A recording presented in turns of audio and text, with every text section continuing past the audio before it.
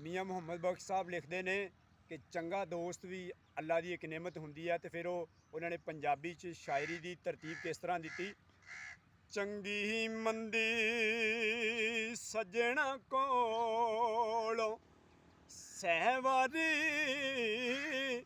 ਹੋ ਜਾਂਦੀ,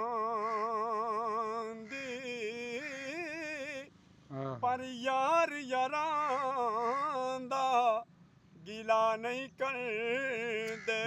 ਅਸਲ ਪ੍ਰੀਤ ਜਿਨ੍ਹਾਂ ਦੀ ਤੇ ਅਸਲ ਪ੍ਰੀਤ ਜਿਨ੍ਹਾਂ ਦੀ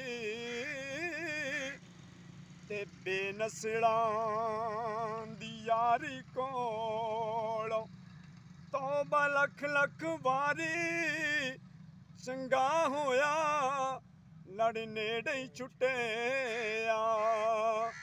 ਕਿਤੇ ਉਮਰ ਨੀ ਗੁਜ਼ਰੀ ਸਾਰੀ,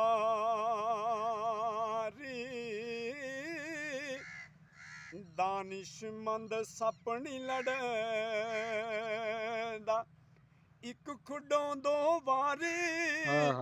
ਮੁੜ ਮੁੜ ਉਹੀ ਡੰਗ ਖਾਨ ਮੁਹੰਮਦ ਤੇ ਮਤ ਜਿਨ੍ਹਾਂ ਦੀ ਮਾਰੀ।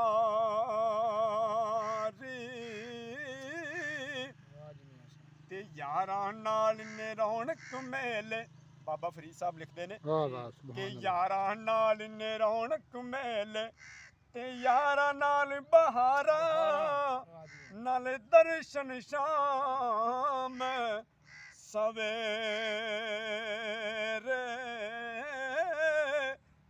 ਯਾਰਾਂ